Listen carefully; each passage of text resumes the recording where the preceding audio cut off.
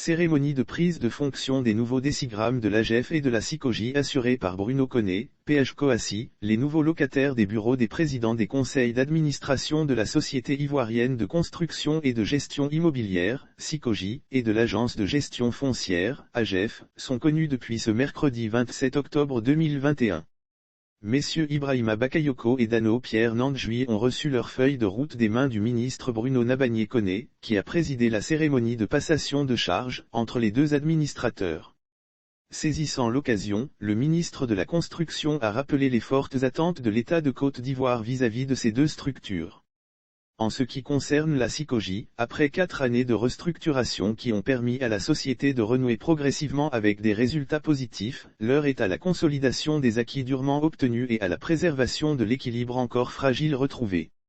L'ambition du gouvernement est de continuer à se servir pleinement de la SICOGI comme un outil à la disposition de l'État, pour fournir aux populations les moins aisées, des logements sociaux et économiques de qualité à des prix abordables.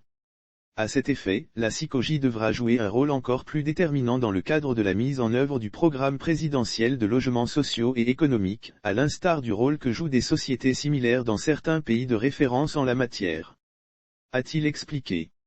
Pour ce qui est du cas de l'AGEF qui traverse déjà des moments difficiles, Bruno Koné s'est appesanti sur les perspectives de sortie de crise. Après la nomination d'une nouvelle directrice générale, en la personne de Madame Annick Pomélier, un plan d'urgence a été soumis au gouvernement, en vue de relancer les activités de cette institution, ajoute-t-il, avant d'indiquer que la mise en œuvre de ce plan devra permettre très rapidement à l'AGEF de réinstaurer le dialogue avec l'ensemble de ses partenaires et pouvoir ainsi jouer pleinement le rôle qui est le sien dans le domaine de la gestion du patrimoine foncier de l'État.